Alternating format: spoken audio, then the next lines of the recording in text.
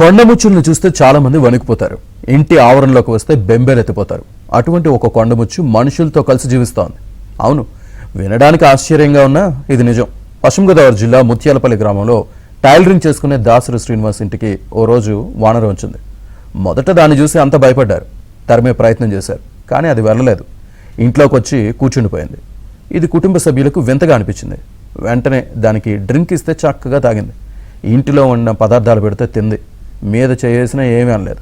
అలా ఆ వానరం కుటుంబ సభ్యులకు దగ్గరైంది.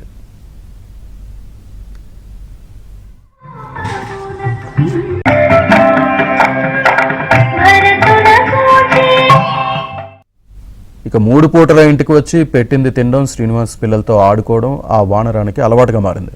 ఇలా వానరం ఆ కుటుంబ సభ్యులకు దగ్గరైంది. ఇది చూసిన గ్రామస్తులు దానికి హనుమంతు, అంజీ అని పేరుతో ముద్దుగా పిలవడం మొదలుపెట్టారు.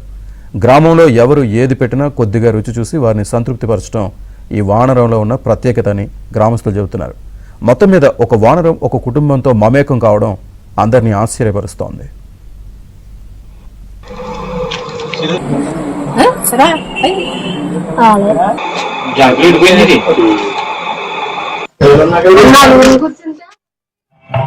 ఇది చంటి పిల్లలతో పాటు మా ఇంట్లో పిల్లలతో పాటు మాతో ఉంటుందండి.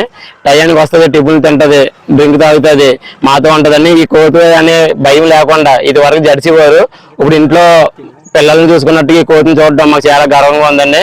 మా మోడి గ్రామంలో అందరితో కలిసి ఉంటుంది, ఎవరిని ఏమి చేయలేదు ఇప్పుడు వరకు.